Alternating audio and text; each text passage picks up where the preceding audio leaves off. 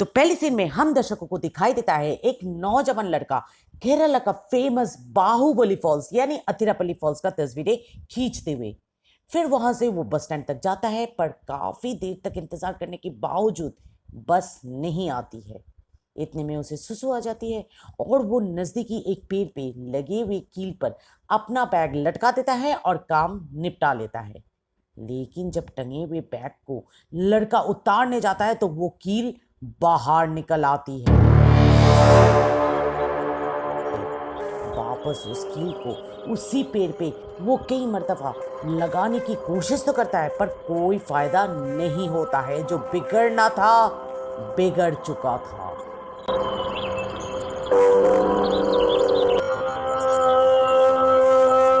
खैर, लड़का फिर से बस स्टैंड पे इंतजार करने लगता है।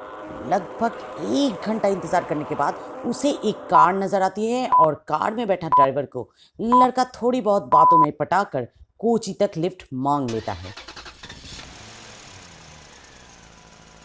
कार में लड़का जब अपना फॉर्मल इंट्रोडक्शन देता है ड्राइवर को, तब जाके दर्शकों को पता चलता है कि उसका नाम ऋषि है और वो मुंबई का रहने वाला है, जबकि ड्राइवर का नाम देवदत्तन है और वो केरला का ही निवासी है। बातों ही बातों में देवदत्तन ऋषि से पूछता है कि वो उस पेड़ के वहाँ क्या कर रहा था, क्योंकि स्थानीय तो उस पेड़ के आसपास भी मंडराने से भय महसूस करता है। ऋषि पूछता है कि क्या खास बात है उस पेड़ का, तो देवदत्तन एक शब्द में बोलता है, यक्षी। ये सुनकर ऋषि मजाक में बोल उठता है, अच्छा वो उल्टे पांव चलने वाली चुड़ैल जो सफेद साड़ी पहनकर घूमती रहती है। देवदत्तन ऐसी अर्बन लेजेंड्स को लेकर मजाक करने से मना तो करता है ऋषि को, पर ऋषि लॉजिकली समझाने लगता है कि जहां लोग आजकल मार्स तक पहुंच गए और आप लोग अभी भी ये यक्षी वक्षी के चक्कर में पड़े हुए हो।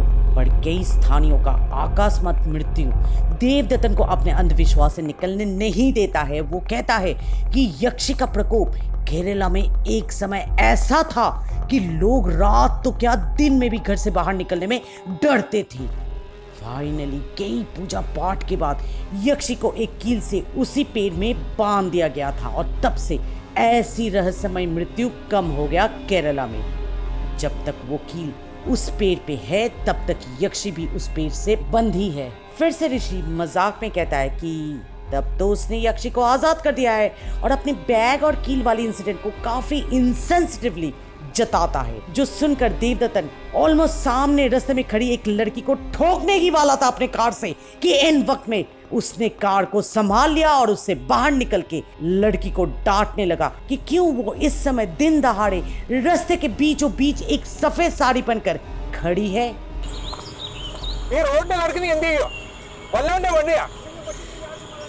लड़की ऋषि की तरह ही कोची जाना चाहती थी, पर कोई भी बस ना मिलने की वजह से वो बीच रास्ते में आकर खड़ी हो गई किसी भी आते जाते वाहन को रोकने के लिए। इसलिए देवदत्तन उसे भी लिफ्ट देता है और फिर ऋषि को डांटते हुए कहता है कि उससे उस कील को निकालना नहीं चाहिए था।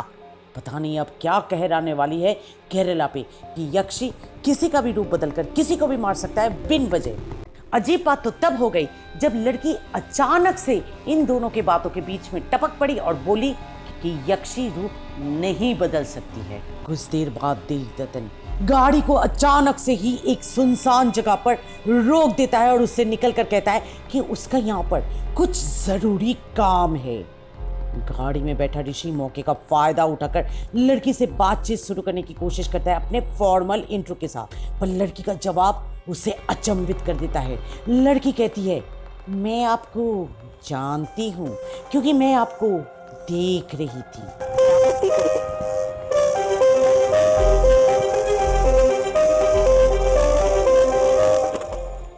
इतने में देवदत्तन वापस आता है और ऋषि को एक वाटरफॉल तक ले जाता है पिक्चर्स क्लिक करवाने के लिए कि तभी उसके फोन पर एक तस्वीर आती है और पीछे से उसके कंधों पर कोई हाथ रख देता है।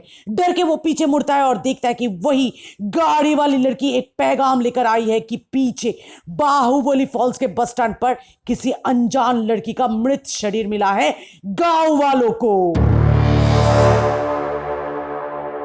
दोनों डर के देवदत्तन की मोबाइल स्क्रीन पर देखता है और चौंक जाता है क्योंकि वहां पर था ऋषि का मृत शरीर का तस्वीर।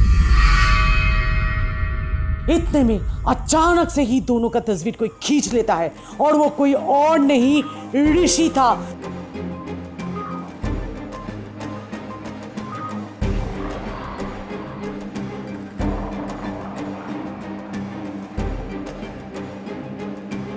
जो अजीब से मुस्कुराते हुए कहता है, यक्षी रूप बदल सकती है।